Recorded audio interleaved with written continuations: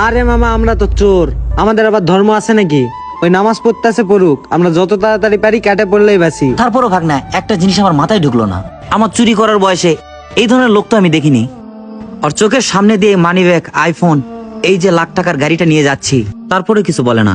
যাজ্ঞা, ওসব আমাদের দেখে লাভ নাই, তাড়াতাড়ি কেটে পড়লেই বাসি। এই নে মামা হেলমেট, আর তাড়াতাড়ি মানি ব্যাগটা ধর, এখান থেকে কেটে পড়লেই বাসি। আরে ওট ওট, চালু ওট, আর তাড়াতাড়ি ওট।